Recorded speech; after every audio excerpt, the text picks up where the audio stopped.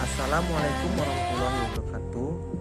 Saya Muhammad Zafri, NIM L1A119088, Prodi Kehutanan, Fakultas Pertanian, Universitas Jambi.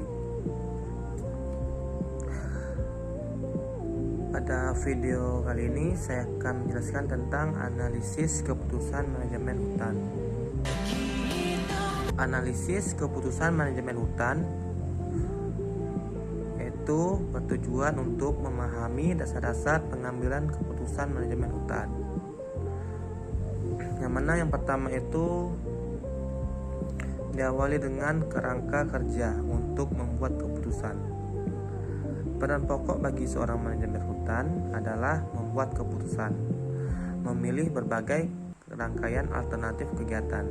Namun demikian, persyaratan untuk memilih adalah manajemen tersebut harus memiliki persepsi bahwa setiap situasi dan isu-isu membutuhkan suatu keputusan. Situasi suatu masalah dapat bersifat jelas, nyata, seperti industri penggergajian butuh bahan baku kayu, populasi rusa menurun, atau seseorang memiliki perkara hukum untuk menghentikan penggunaan pestisida dalam proses regenerasi hutan. Masalah dapat pula bersifat tidak jelas, tidak gentar, seperti tingkat suku bunga investasi pembangunan hutan meningkat, kekurangan logs ukuran tertentu kemungkinan terjadi pada 10 tahun ke depan, dan lain-lain. Menyadari masalah-masalah tersebut adalah tidak susah. Dibutuhkan antisipasi dan respon untuk membuat masalah tersebut menjadi jelas. Pemahaman oleh manajer hutan atas masalah-masalah penting tersebut akan menyebabkan pengelolaan hutan yang efektif. Kebebasan menentukan persepsi atas situasi suatu masalah akan menjadi dasar untuk membuat keputusan yang bijaksana. Untuk mendetail lahan hutan dan faktor-faktor pembatasan terhadap aktivitas manajemen hutan, tak kalah pentingnya pula bahwa penuntunan alternatif solusi terhadap suatu masalah membutuhkan identifikasi terhadap pilihan-pilihan rasional yang ada. Nah, yang kedua yaitu pernyataan masalah dan penulisan persamaan.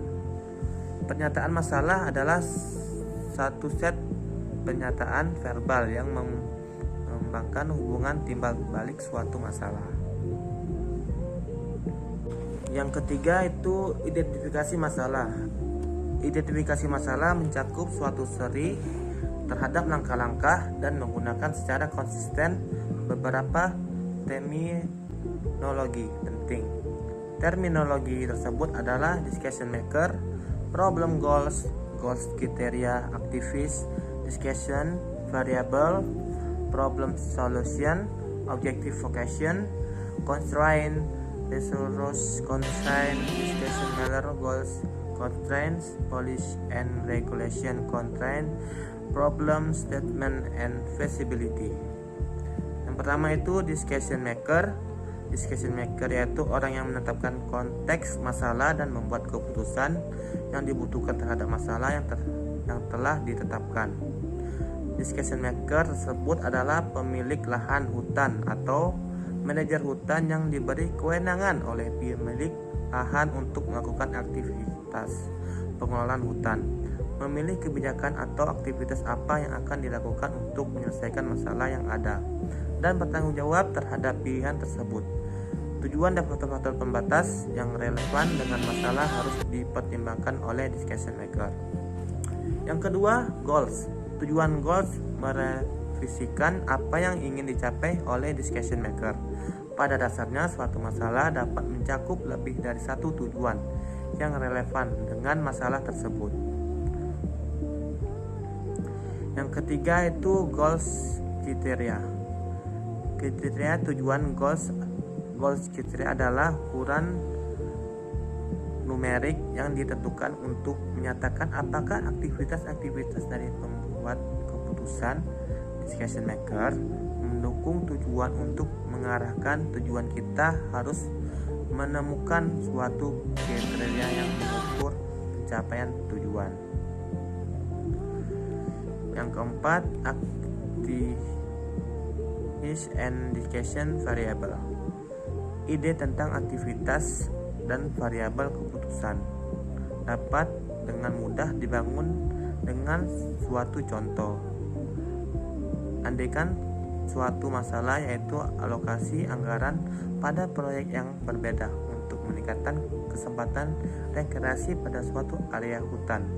Tujuan proyek adalah untuk memaksimalkan kesempatan peluang baru berkreasi pada suatu kawasan yang diukur dengan kriteria yaitu penambahan jumlah hari kunjungan pada area hutan rekreasi yang telah dibangun. Yang kelima itu problem solution. Solution masalah adalah gabungan dari sejumlah aktivitas yang dipilih untuk mencapai tujuan pembuat keputusan, yaitu decision maker. Suatu solusi terdiri atas sejumlah tertentu variabel keputusan. Terdapat toga solusi atas contoh masalah rekreasi, yaitu membangun campus, membangun boat ramps, membangun trails. Yang keenam itu objectification. Fungsi tujuan objectification adalah suatu pernyataan matematis dari suatu tujuan yang mengombinasikan kriteria dari tujuan tersebut dengan variabel keputusan dari suatu masalah. Yang ketujuh yaitu constraints.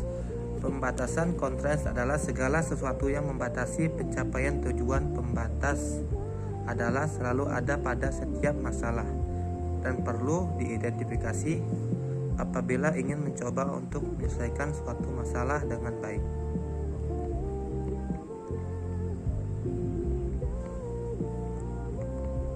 Yang kedelapan, problem statement. Pernyataan masalah formal. Formal problem statement didefinisikan sebagai semua variabel keputusan dan tujuan spesifik, fungsi tujuan dan semua persamaan pembatas yang dibutuhkan dan pembuat keputusan untuk menggambarkan masalah secara sempurna. Yang kesembilan yaitu feasibility. Feasibility adalah pembatas masalah, membutuhkan kelayakan alternatif solusi. Pernyataan sederhana, solusi adalah layak jika semua pembatas masalah ditemukan atau memuaskan. Sebaliknya, solusi tidak layak apabila satu atau lebih pembatas masalah tidak memuaskan. Sekian, terima kasih.